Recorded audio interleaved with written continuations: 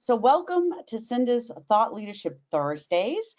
And it's great to have you back, and it's great to continue this series that we have with Boss Startup Science.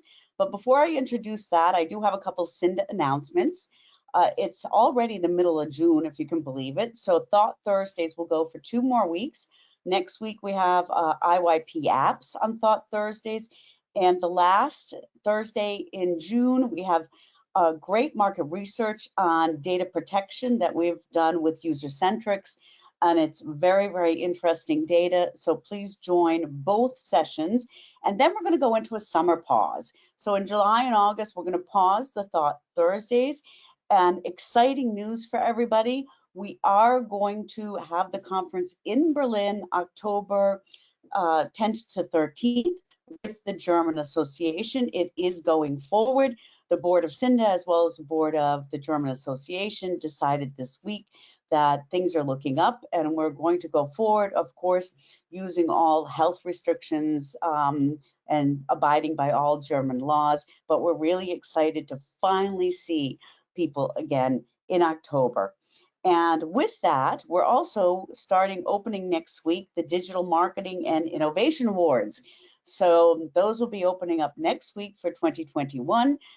Both applications, the registration for the conference as well as the application for the awards, are on the website. And with that, we'll start this today.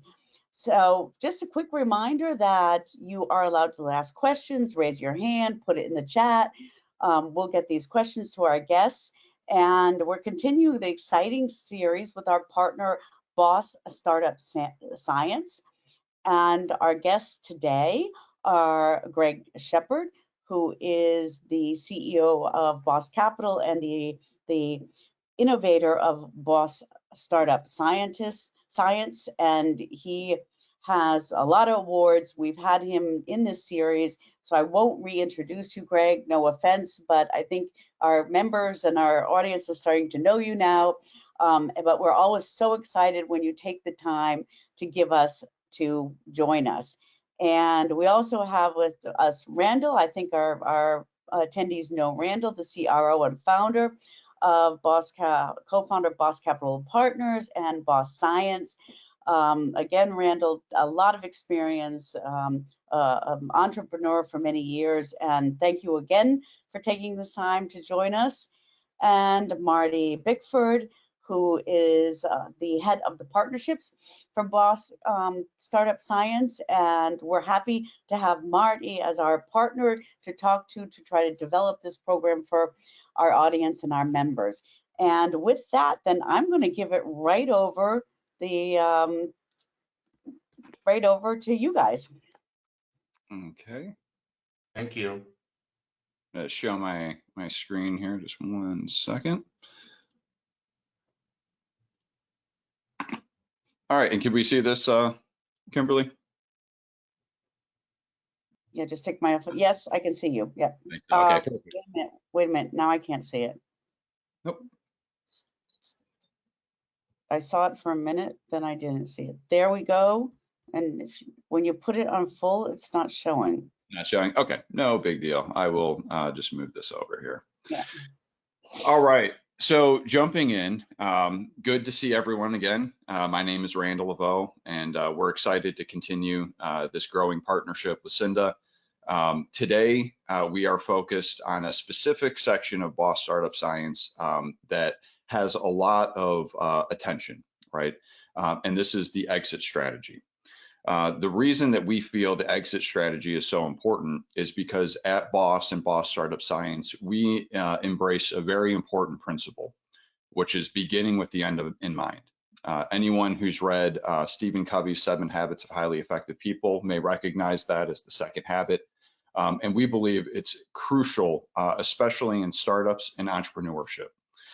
So what we're going to cover today is a way through building your exit strategy to realize your personal financial goals, right? As founders, we all start out with a vision and a dream to solve a problem, exploit an opportunity, and hopefully create wealth for ourselves. So this is a main crux of this. Also is to maximize outcome with strategy and decisions. So when you know where you are and you know where you want to go, it's easy to chart the path. And that's what an exit strategy really does for you. Now, what I want to do next is turn it over to Greg. And just for a little backstory, both Greg and I are investors and entrepreneurs. We run a investment syndicate called Boss Capital Partners, and we see a lot of entrepreneurs deals coming through. So we have a lot of experience with talking to early stage founders about their companies and their strategies. And one of the most important questions that we ask is around the exit strategy. So Greg, you've had a lot of experience with this from both the investor and the entrepreneur side. What are some of your experiences with people talking about exit strategy? Yeah, thanks, Randall. I mean, I can tell you that about 99% of the time I look at a deal, I look at probably 100 deals a month, sometimes more, and about 99.9% of the time, nobody has an exit strategy. So they don't know when, they don't know who, they don't even have the tips of the waves in terms of how they're going to go about the exit. And so I bring this up. What you see on the screen here are some of the responses that we get from entrepreneurs. I haven't thought about it. I don't worry about it until after I get established. I want to grow fast and then think about an exit in a few years. It's too early for me. I want to start shopping the company when it's big enough, all this sort of stuff. And the fact of the matter is that most acquisitions are an acquisition because of some sort of a synergy between the acquirer and the person who's being acquired, or the business is being acquired. What that means most of the time is that the customers are the same customer. So the customer that you have is the same customer as your acquirer. Now, why would that be? It's very simple.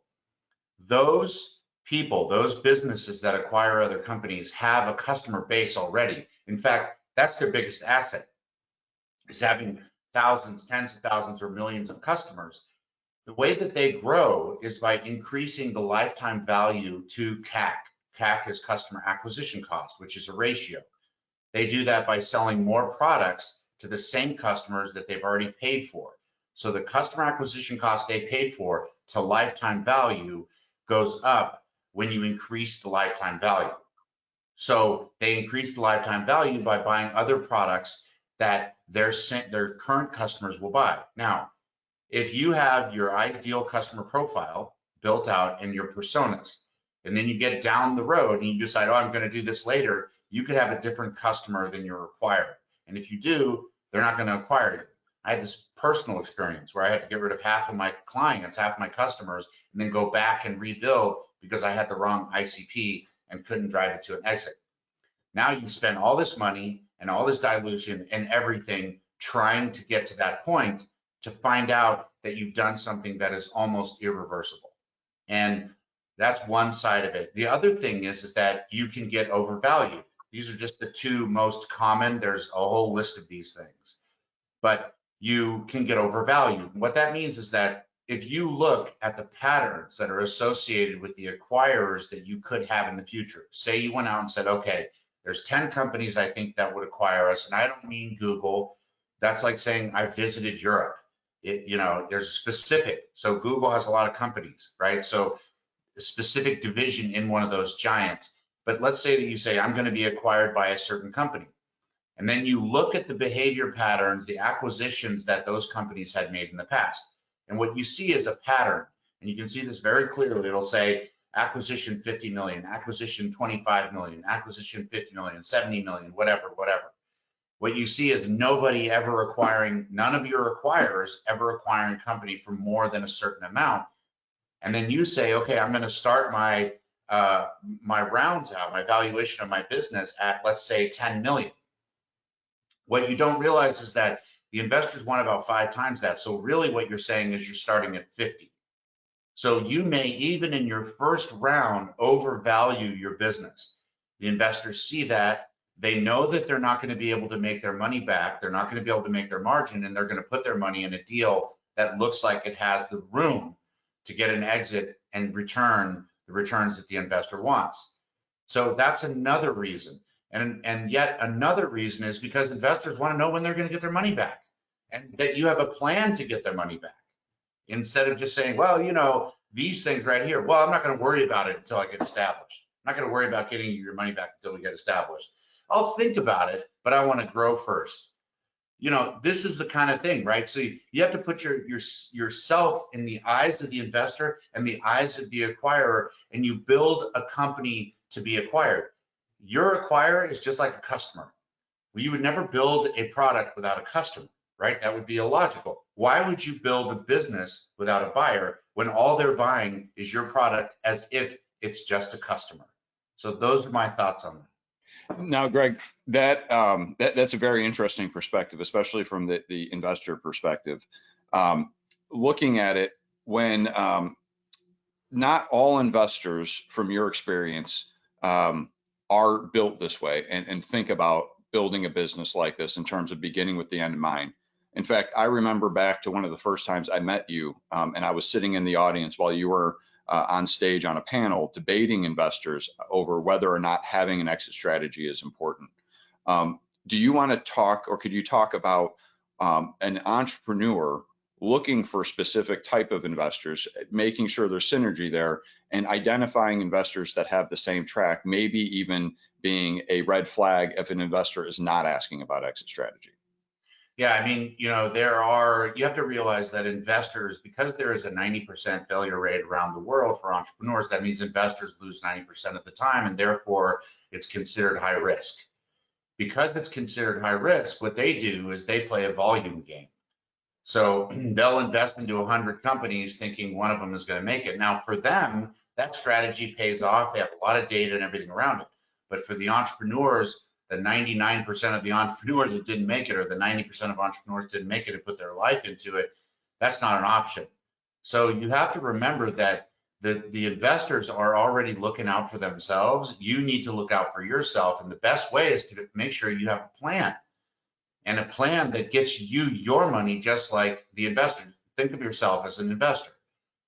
I get into huge arguments with investors constantly over this, because they're like, I don't want the founder to be thinking about an exit. I don't want the founder to be thinking about an exit. What they mean to say is they don't want a founder to be looking at an exit wrong, meaning they don't want them focusing on that. But the KPIs and the data and the things that you have to strategize in order to end up at an exit should be thought about quickly. That doesn't mean that you build a sloppy company and slap it together and sell it. That is not the case at all. You still have to build a really good company, but you're building a really good company around the requirements of your acquirer, because that's where the ultimate exit happens. So it's just like building a product for the customer. You understand what the customer's pain points are. You understand how they're going to use the product. Are they going to make money? Are they going to save money? What are they doing with this product? Acquirers are the same thing. And you see this happen all the time. And that's why the failure rate, it extends out to the other 40% to 50%, depending on the market, on the tail end of the 5-year cycle. So you see these guys get overvalued and go under, or they can't sell their business for whatever reason, no synergy. And this is why you see acquisitions where they'll take, if you have 2 different customer types, they'll give you valuation for the customers that fit their ICP, their ideal customer profile, and they won't pay you for the ones that don't, just flat out. And now you've used investor money thinking that you're going to grow your valuation, and guess where that money comes out of? It comes out of you, the entrepreneur. So plan for the exit originally and build your business for what's going to happen, but that doesn't mean you build a bad business. It means you build a better business because you're focused on the business that the acquirer actually wants. Exactly. And that's a great way. And I think some of the key takeaways from that is, remember, as an entrepreneur, begin with the end in mind. You have a vision, you have a purpose, right? You started this company with a belief and a dream. The best way for you to realize that dream is to identify your end state and plot your course to it. Just licking your finger and growing for the sake of growth, or just trying to do good work, isn't enough. We live in a fragmented market with a lot of competition and a lot of interested people out there, and a lot of buyers who have a lot of options. So it's important to have a purpose-built company. And this life cycle should help the audience here in understanding that. So we put together this Boss Startup life cycle model in an attempt to show the playing field and level the playing field, frankly, for entrepreneurs. We talked about the investor perspective. Greg mentioned, and very appropriately, that when an investor makes an investment, they want to know when they're going to get their money back. The way they determine the probability of them getting their money back is based on validation points in the maturity of a company. If a company has achieved a certain level of maturity, the likelihood or probability of me getting my money back as an investor increases, right? So that's really the game we're playing here as startups and entrepreneurs. Now, I'm not going to go through this whole life cycle because we've covered it in the past, but just to show you what you're looking at here, this is the life cycle of a company. It takes about 3 to 5 years to move through it to get to maturity or to your possible end state, which is an acquisition in this case. It covers the main points of growth and maturity along with the main points of fundraising, right, which lead to you increasing your odds of maturing the company. Now, the reason we're showing this in relation to the exit strategy is because there's 2 very important points that lead for the need to have an exit strategy and establish it very early on. Those 2 points are your go-to-market and the actual point of acquisition when you get acquired, right? And I'll explain both. So as you get to maturity and you have your product, your MVP product established, and you want to go to market, you want to start generating revenue off of that product. What companies do logically is launch a go-to-market plan. And this go-to-market plan is sending a big red siren out to the market for good reason, right? Hopefully targeting your customers, getting them aware of the fact that you have a new solution that they could benefit from or service.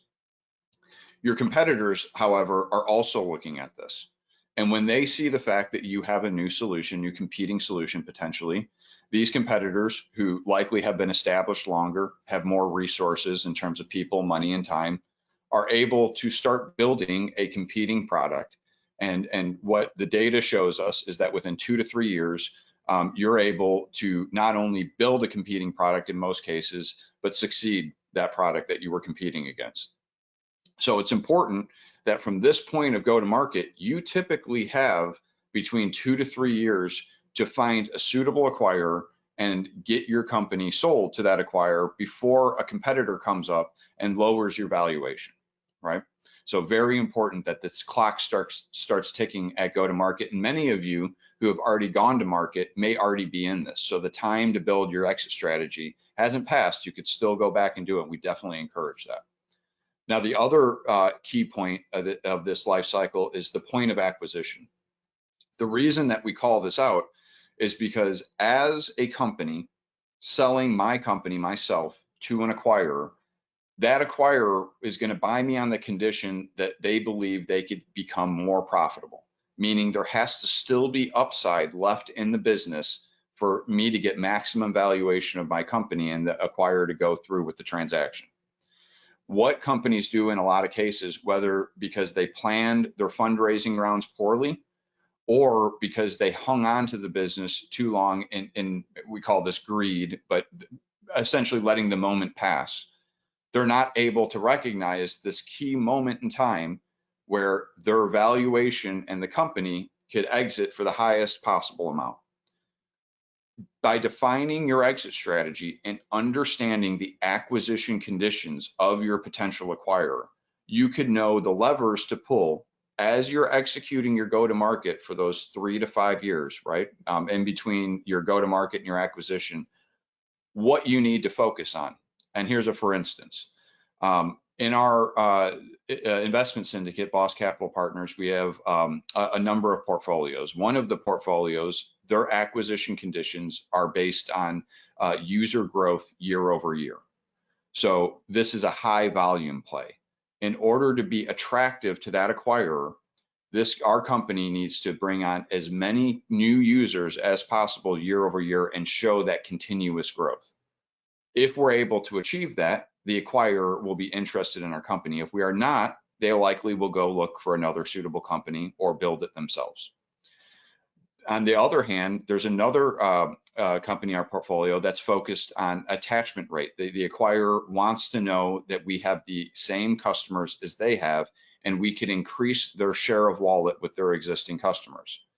So for that reason, in our go-to-market plan with that company, we are focused solely on penetrating the customers of our potential acquirers. That is the crux of the go-to-market plan, and that's what lets us know we are moving in the right direction in terms of maturity. So when you think about this holistically, and we like to use an analogy of a GPS, right? When you get in a car and you're going to an unfamiliar destination, the most important thing is that you have the address of that destination. The GPS will plot where you are, where you want to go, and find you the most efficient route. We believe starting a company is the same way. Where are you today? Where do you want to go? What are the conditions and what you need to achieve to get there? And then you're able to plot the appropriate course, knowing you're building the company the right way. Greg, anything to add here? I think a good way to think about it is that in everywhere else in your life, you have a goal that's defined, otherwise just a dream, right? So you sit there even in school and you say, my grade point average or my grades have to be at a certain point in order to graduate. Acquisition conditions are the same, right? So the value drivers are growth, margin, and retention. But that doesn't tell you the acquisition conditions. You may have to be doing, 5 million in MRR, and you may have to have a 90% in ICP customer base, as an example. You may have to have 20% growth, 90% retention, and they don't care about margin. It depends on what the acquisition conditions are. So you don't want to sit there, raise money, and work your butt off to build a business all the way up to the point and then figure out, I did things wrong. It's very hard to back out of that because you've already raised money and you'd have to do a down round and your investors get restless and they won't reinvest. You need to plan for this. I can't urge this enough. You need to plan for what's going to happen down the line. Think about it logically. It is completely illogical to not think about where you're going to end up, where you want to end up, and what that looks like so that you can design yourself for that end.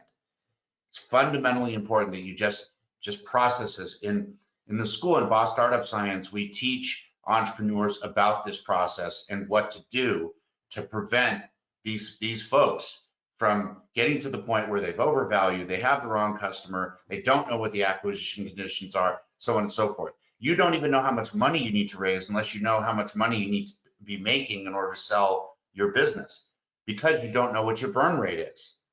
So there's just such a massive list. Please, entrepreneurs, plan for this.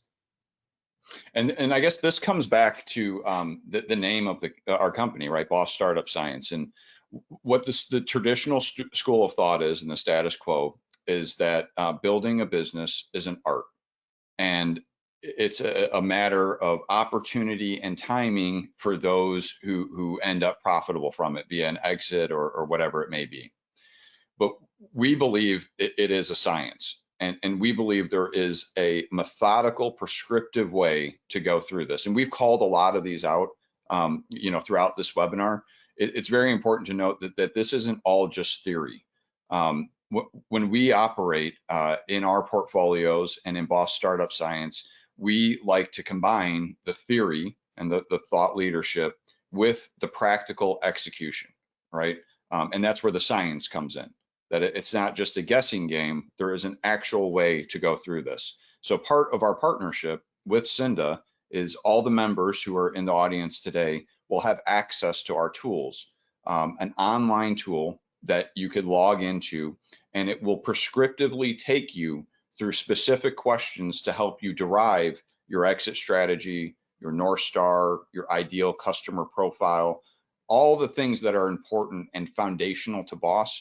You could do yourself with your own company information and get to these answers that you may not have today. So just keep that in mind as we're going through the webinar. A good transition at this point is to start to talk about our methodology and our process in helping you get to this end state, right? Which is having a documented exit strategy. And guess what? This is a fun process. Like I said at the beginning, you have a purpose for building this company. You have a vision. Likely you've invested a good portion of yourself, your money, your time, your family into this business.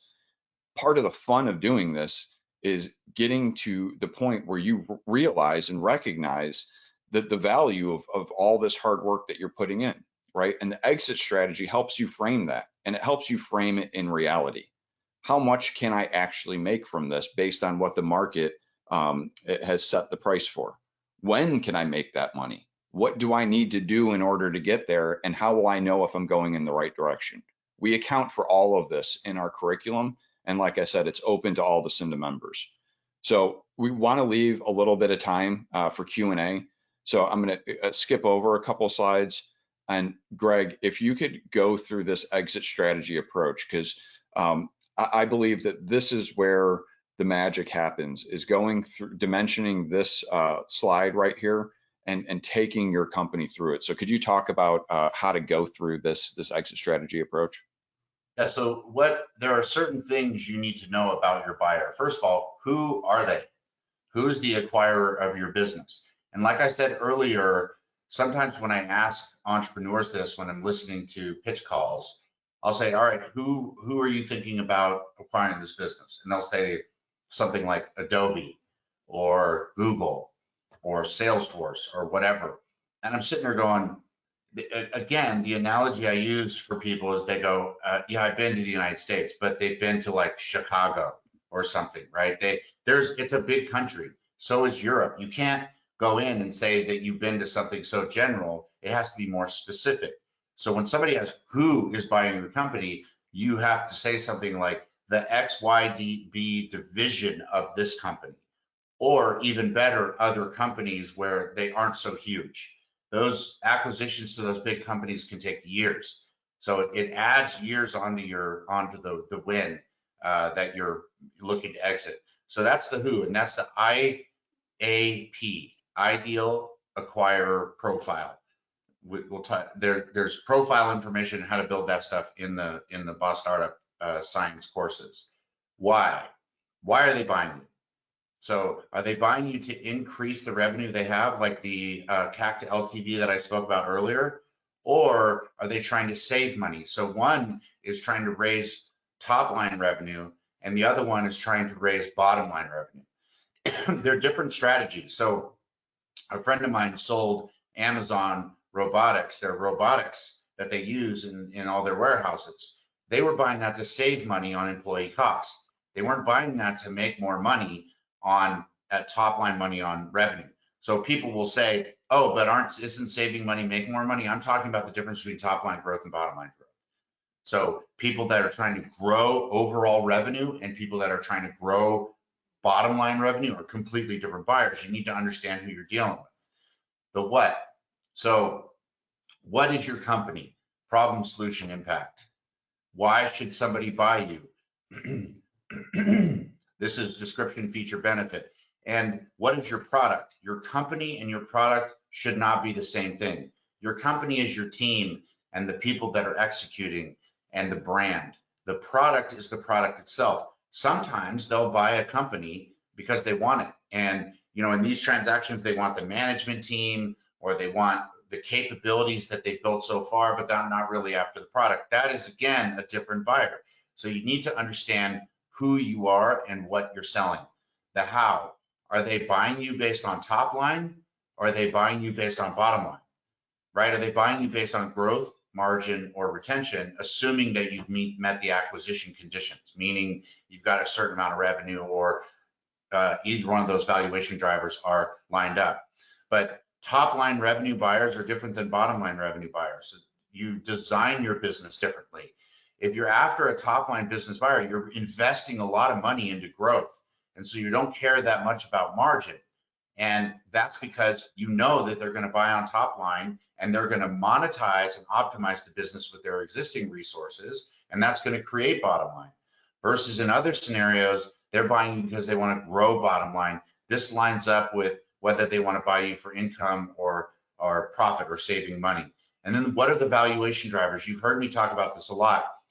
The two that I haven't spoken about are the base and the attachment. So the base of customers that you have, and then the attachment rate. And what that means is, what they'll say is in ICP. So how many customers do you have in the same ideal customer profile as your acquirer? Those are in ICP, 90% in ICP, 80%, 100% in ICP. You prove that by selling the customers that are already customers of your acquirer. So if you go out and you say that the base is, that let's say the base of the acquirer has 100,000 customers, and the attachment rate on that base is 50%, it means that you've gotten 50,000 of their customers in ICP. So this calculation shows them that they're going to get the benefit that they expect to get because you've already proved it to them. And this can eliminate things like earnouts and holdbacks and other things that can prevent you from getting cash, and it'll grow your valuation. And then how much?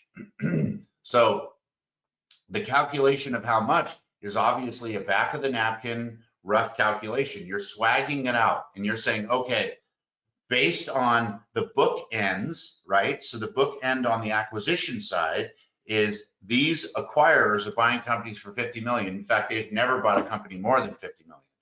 Well, then you know that your how much is going to be around 50 million to start out with. It could be take or give a little bit, but you have an idea because the pattern of the behavior pattern of these businesses hasn't proved otherwise. There's some arguments to be had there. I've had them with investors and entrepreneurs, but generally speaking, it is the logical process to think about the acquirer the same way you think about a customer. So if customers, let's look at Apple. If customers are buying Apple phones for $1,000, then you think the top end is $1,000, not $2,000, right? Maybe it's 1,200, maybe it's 900, but it gives you something so that you don't get into a position where you're overvalued, which happens. I can't tell you how often it happens. I look at a deal and I do the quick math and I go, this thing's already overvalued. They're only on their seed round. So you assume, according to the cycle, you have pre-seed, seed, series, seeds, A, and so on. They're on their seed round, so their second round. They're just getting into their validation. They haven't even validated product market fit or MVP, and their business is already valued at 10 million, which means that you have a $50 million exit in order to satisfy investor needs, already overvalued. So you're sitting there going, by the time they finish out those rounds, they would have to sell this company for $500 million in order to make it work. And less than 0.1% of companies sell in the unicorn territory, which give or take 500 to a billion. So you automatically reduce your chances. What I tell people, base hits. 12 transactions for me plus our investments, base hits. You want to do base hit, base hit, base hit. That in American baseball, that means just hit it and get on base instead of trying to go for the fences and swing for the big one, because you swing for the big one and you come down hard. You swing for what is possible and you end up making it that far. So just like with goals or anything else in your life, you don't make a goal that says, I'm going to do a marathon in 2 weeks. You say, I'm going to do a marathon in a year. The reality of the situation when you're driving into an exit strategy is in the data. Back your company into that, and you're going to be way better off. The upside doesn't go away. It's still there. Think about it. If you get it wrong, you're still in better shape. So you just have more money for yourself and your investors. So plan accordingly. Thank you. Yep, definitely. And I think I'm going to, go back up to this life cycle slide here. Greg brought up a really good point there. And sitting in your seats, I could see that when you look at this go-to-market, the red light and the acquisition, right? There's about 3 years. A lot of things could happen in between there.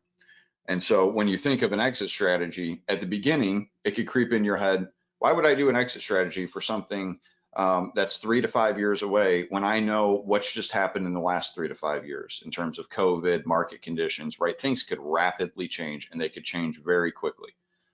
The great thing about this, and like what Greg said, if it changes, you could always adjust, but documenting your current positions and your vision are very important. So when external conditions like COVID or market conditions do change, or let's say maybe unfortunately one of your acquirers merged with another acquirer and that has gone away, or that acquirer has taken a hit via the market and they're not in a position to make acquisitions.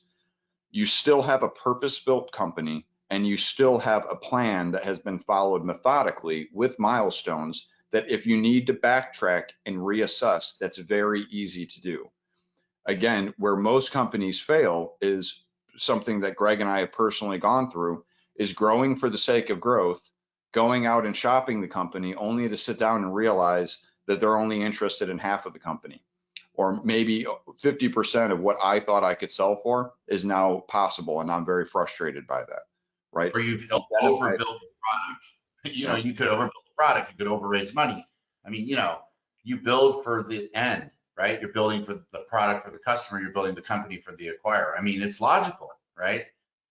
I don't know why I get into arguments with people. I'm sorry to interrupt you. This is like one of my biggest pet peeves, you know that, but. Yeah, and then, so the last thing I'll say, and I'll open it up for questions, is you're likely one of three people sitting in the audience right now. Either you're an aspiring entrepreneur who has just started building a company or is considering building a company. You've started up, meaning you have a product or you're trying to go find product market fit and you're just starting to navigate these early stages, or you're an established company and maybe even you're on your way to a potential exit right now. These are all great times and actually triggers for going and completing or going through the exit strategy process. Even if you are getting to the point where you've already identified your acquirers and you're moving towards that path or approaching a transaction, it is still worth going back through, because what it's going to do is prepare you to sit down at that table intelligently and be able to articulate your value to that company and some of the things that you have in place that they may not have understood through diligence or through your partnership, that you can now easily articulate by the fact or by way that you have an exit strategy. At the same time, if you're early stage, haven't started yet, ideal time. Sit down, start with your exit strategy within your North Star. If you've already started taking on investor money and already have investors and are working through the maturity life cycle right now, go back, do your exit strategy. I promise you that the vision and the path that you will see going forward will be a lot more clear, and your interactions with your current investors and your ability to raise future money will increase by way of doing this. And that's all I have. We can keep on going, like we said, but Kimberly, I think this would be a good time to open it. I think we've got some questions coming in, and some people want to ask them themselves. And I think we'll go to Ben Barney in Switzerland first. Steph, can we unmute Ben? Yeah, Ben, you should be able to unmute yourself. I may be able to unmute him. Hello. Okay, there he is. Yep. Hey, Randall. Hey, Greg. Another great session. Thank you. Any chance you could just clarify a couple of these steps on the startup lifecycle model? I mean, many of us create what we think is the perfect product, and then we go to market with it. And then more often than not, when we get it in the hands of customers, we have to make significant changes to our market approach or the product, pivot, and you do all of that before the revenue starts coming in. So my question is, in your model, you've got revenue coming before the validation of the GTM. So I'd love to understand your thoughts on that. So I'll do part of it, Randall, you could do the other part of it. So inside of each one of these things are a lot of different individual, what we call gates. Okay, so there's what we call ABLE, which is alpha, beta, launch experience. There's 2 levels of ABLE. The first level of ABLE is taking your product and after you have an MVP. So you say to me, so as an entrepreneur, you say to me as the investor, I have an MVP, I have a minimal viable product. And I say, okay, validate your minimal viable product. Well, how do you validate your minimal viable product? You validate it through product market fit. Now, product, assuming, is MVP, and market is whether the customers will buy that product, not your go-to-market, not how you're selling it, the product itself. So what we tell people is you go out, you get 5 to 10 people that you think are going to be customers of yours. You put them into the ABLE process and you tell them this is an alpha launch. And then you send it out to them and you get feedback. And then you say this is a beta launch. You go out to them and you get feedback. And then you go, the experience part of the alpha beta launch experience that you enable is that you have that experience now and you've made those changes. Now you have product market fit. Market is the people that you're selling to, the businesses, and product is the product that you have, which is MVP. So you're trying to make that pair up. Once you've done that, you validate it. That's what we mean by that. Now, the next stage is the go-to-market validation. So whether the product, meaning the thing you built, and the market, meaning the people, the ICP that you're selling to, will buy it with the go-to-market strategy that you have. And that's where you test your go-to-market. After you have all the data, and you know, there's spreadsheets and lots of stuff in the courses that help you with this. But once you have the data, then you can lay down the accelerator. Why would you lay down the accelerator, put money into sales and marketing when you haven't verified those two things? Because you can have false starts. So what we're saying to you is that how do you validate whether somebody will pay for your product? By getting somebody to pay for your product. That's what revenue is. Randall, do you have things to add? No, that was spot on. And I think, I mean, a really easy way to look at this is you have this life cycle, right, that you see here. The first half of the life cycle is all about ABLE. The second half of the life cycle is realization of your exit strategy, and ABLE helps you get there. And an easy way to look at this is when you first have the idea for your company, and you enter this maturity model, you go through a couple of different validation points. For one, you have a vision, you need to validate that vision, right? You need people outside of your circle of influence to agree that your vision is worth pursuing, right? That's typically how it starts. Then you need to come up with a product. Well, in order to do that, you need product requirements. The best people to get the product requirements from are likely the people who validated your vision and will ultimately be your users.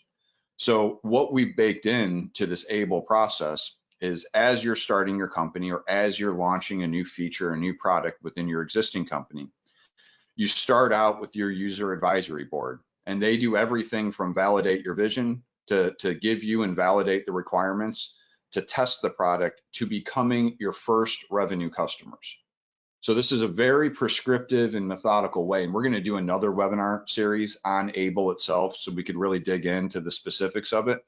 But to answer your question simply, the reason that we get to revenue versus before validating the go-to-market is because we use that advisory board, those people who helped us validate the vision and the product requirements, and turn them into our first paying customers.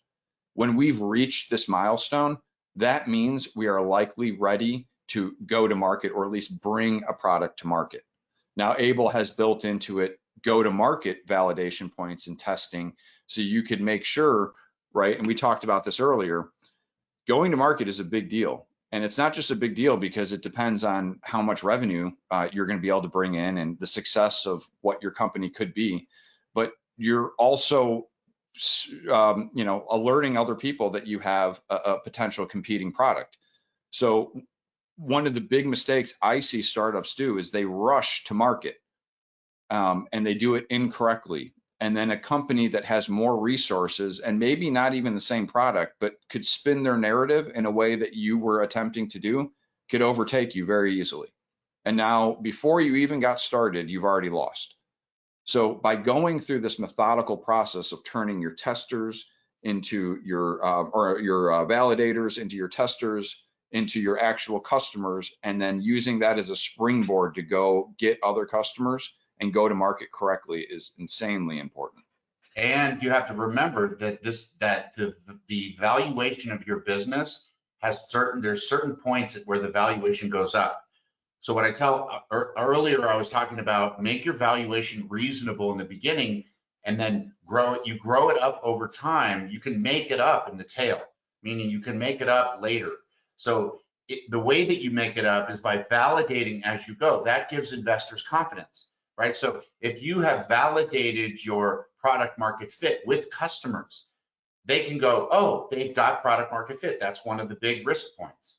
The next one, the go to market. Oh, they know how to sell it and they can sell it profitably. Next one, and so on. So you're building up your valuation, which means less dilution. It's easier to raise cash, and your investors stay out of your business because they're happy with what you're doing. And we live in a world that's so competitive and so fragmented, and so many messages being inundated to the buyers, that the idea, if you just build something good, the people will come to it, does not exist anymore. We as investors have seen hundreds, if not thousands, of great solutions die out because of their inability to execute properly their go-to-market and prepare themselves for that launch. The best thing you could do is to use that user advisory board, validate your vision, validate product requirements, become your first paying customers, and even better yet, become your first referenceable customers that will help you go out and get other people. And this is where referral programs and all sorts of neat little things come in to capitalizing. Yeah, so it's important. Ben, we have a couple more questions. Ben, if that answered your question, I'm going to move on to give other people a chance to ask a few questions, if that's okay. A couple have asked to ask through me, Amia. Okay, and Amia has a question on what are some of the key things that have killed acquisitions? Are they cultural, technology, process, documentation, or something else? Amir has two questions. That's the first one. Yeah, that's a good question. So things that kill transactions: first, overvaluation; second, anything in the due diligence, meaning if you're selling a software company and your code is spaghetti and they go through it and they can't understand how they can take over that code and manage it themselves. The other thing is if your company isn't documented. So we have in BOSS best practices, standardization. Basically, think about it this way. If you're trying to put together some furniture you got online, it comes with instructions, and that's furniture. So your business needs to have some level of instructions so that the acquirer feels like they can take on the business and grow it and adopt it according to the systems and procedures that you set up, and that whether or not they even integrate, right? Whether they blend together. So that's the code is an issue. Overvaluation is the biggest issue. Not having standardization is another very large issue that I run into all the time. And then like, trust, and respect. So usually acquisitions go in this pattern. There's some sort of a partnership. The partnership develops like, trust, and respect. It tells the acquirer that your company can work with their company, and then they move to an acquisition. So it's a marriage. They want to get to know each other. Let's have some coffee before we get married. And I think to go on with Amir's question, also he has a second half of a question. Amir asked, does the list of acquirers and strategy change as the startup grows? It can. Absolutely, it can, absolutely. However, that the important thing to understand about that is your vision and your exit strategy is married to your go-to-market, and they are one and the same. By defining your exit strategy, your go-to-market is a vehicle to exploit that and capitalize on it. So as market conditions change, and you house this within your North Star to be able to identify when something's happening, you go back to your North Star and you determine, has my destination changed? If so, that cascades down, right? Now I need to ask myself, has my buyer changed? Has their buying motion changed? Has my customer changed? Do I need to change my customer, right? So the important thing, I'm not sure how well I am going about answering this question, but something that sticks out to me when I hear it is that, yes, absolutely things can change. And when they do, the BOSS process of documenting all this through the North Star enables you to be agile with that change and adapt to it very quickly. That's the key, is that you know it's going to change. You're in a startup and everything is a thesis, everything is an assumption, everything is, I think this, right? And that's what the validation points are about. is to validate that what you think is actually what's going to happen by making it actually happen before you take the risk of plowing in money to grow it. So the thought is with Boss is that by intention, it's built to make it agile. In other words, you're counting on change. So Boss is built in such a way that change is easy and it's not painful. And some of the stuff that we've talked about from the very beginning, like overvaluation. If you have a pivot and you're near your valuation, you're going to be in trouble trying to get your next round. And a lot of people fall apart right after the next round. And the second point there is that things like having your best practices, having your what, why, who, all that stuff, your ICP, your personas, all of the information that you need, if you have that packaged up and they're all in different capsules, right? These little pieces like microservices in code allow you, if you have a change, you don't screw up the whole company. You just change one piece and then alter the course using the processes that you did before. So it makes the recovery from a pivot or simply just changing the narrative. I give you a quick story. One of our portfolio companies was selling mainly the ability to create and print collateral for people that are selling different things online. During COVID, which created a pivot for us, nobody was printing anything because they weren't delivering anything to people's houses. They weren't mailing. Nobody was leaving home. So what we did is change the narrative and we went on the digital marketing side. So we said, okay, instead of let's create collateral that allows people to print things and hand them out in person, let's create collateral that allows people to spread them out through social media, text, email, and all of that really easily on a process. And all we did is change the narrative. It wasn't a true pivot because the technology was just there. It was where it was being syndicated. Was it being sent to a printer or was it being sent somewhere else? So we were able to quickly get the management team and get the product team to focus it this way. We still have this here. Think about a house with a window that you can always put in, but it's boarded up. That's still there. So we didn't lose that. So you don't lose the opportunity that you pivoted from, but now you have a new opportunity that you're focused on. Now, had we not had Boss in place, that would have been a shutdown. It would have been seen as a completely different company. But because we had it in place, it was just steering it a little bit, just kind of tapping it in a different direction. And the market received it as these guys are quickly adjusting to the needs of the customer. And that's part of the narrative, right? It's always important to remember that the customer is at the center of everything, which is why Able is there, right? The customer's in the center of your acquisition. Whoever you sell to, the customer's at the center of your product. The customer's at the center of everything. Keep them in. Very good point. I'm going to unmute. We have a question from Ciara. If you want to unmute, I don't know if I can do that for you to ask your question. Ciara? I'm trying to unmute Sierra. Yeah. Can you unmute, Ciara? Yes. Okay. Am I unmuted? Yes. Okay. So I was wondering if it's possible for a company to be acquired while it's still in the concept phase.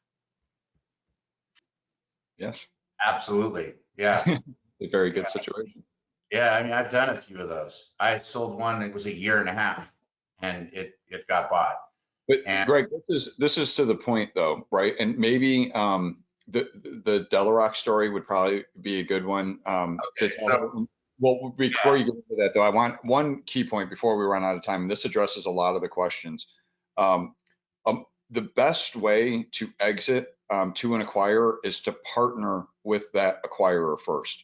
And it goes back to one of those questions before, what if something changes? Well, acquisitions happen and they're validated on three different terms. The technology, the customers, meaning I share the same customers, and the culture.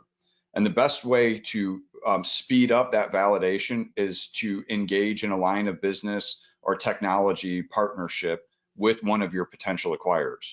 So 95% of the Boss exits that have happened, and there have been over 20, have all happened by identifying first the acquirer, then going to that acquirer and partnering in some capacity with that acquirer and giving that acquirer insights to how the company is growing and making them feel like they're a part of it. And that really helps secure that partnership and that acquisition. And in fact, it speeds up the transaction, which is where a lot of these things break down, is during the transaction, because you've documented your company, they know how you work, they're cool with the culture, the technology, it has synergy, right? Everything is good. It makes it happen a lot faster. Sorry, Yeah, Greg. a lot of times people don't know that the acquirers want to hear from you. Yeah. This is like a secret, right? They have corporate development people that they're being paid to go find companies to buy into the strategy that the acquirer has. So when you call one, they welcome it. And you could just simply ask them. People always say, how do you do that? I'm like, I call them. I ask for corporate development and I say, what are you guys looking for? What are your corporate? I get requirements just like you would on a customer. So think about it. Those corporate development individuals have pipelines and they have quotas, right? And so by you reaching out to your potential acquirer and just asking these questions, it would be the same as if a customer just called you out of the blue and just started inquiring about your service, right? It's the same thing. These people have a pipeline. So to that point, Greg, a lot of people feel like, how do I go about even asking these questions? Or maybe I'm just going to do it behind the scenes and never actually talk to them, just do some research on them. Big mistake. Pick up the phone and call them. You just call them. You'd be amazed. People are always so amazed. They're like, how do you do that? And I'm like, I call them. I call them, man. You know? And they'll tell you directly. So that's a great idea. We're getting towards the end. So, you know, you guys have shared your email.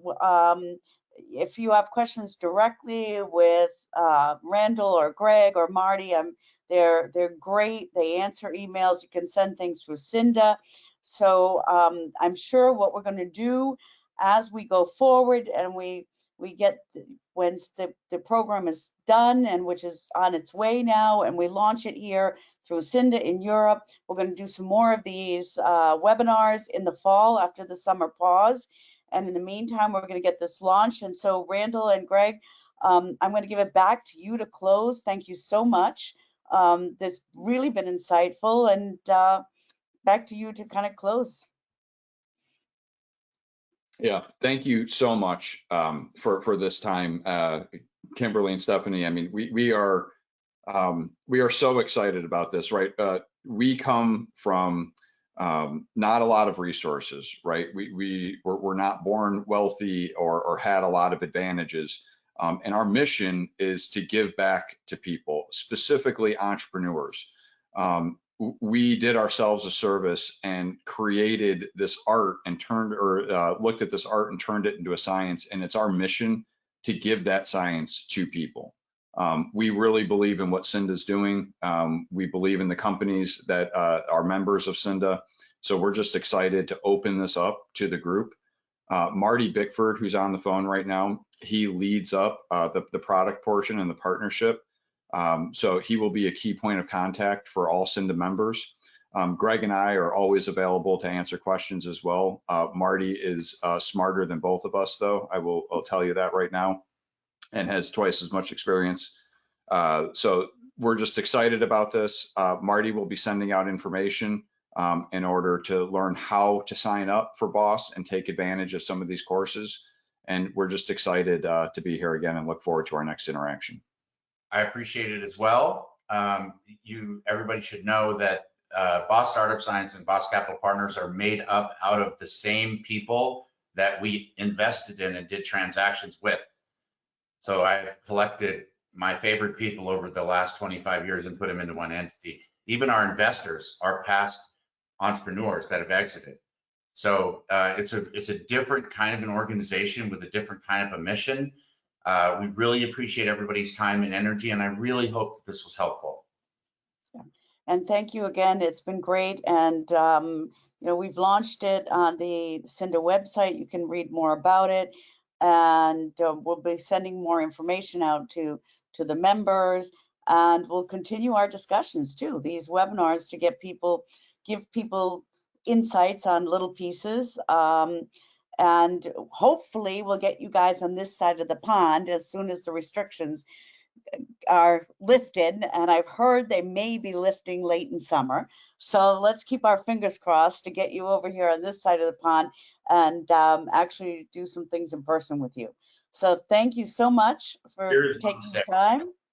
All right, and Cinda members, as I said, we have 2 more weeks of Thought Leadership Thursday, and then we do go on to summer pause, and put Berlin in your calendars, 10th to 13th in October, and Digital Marketing and Innovation Awards are opening next week, and we're really excited to look forward to the rest of 2021 with you. And for that, then thank you for tuning in this week.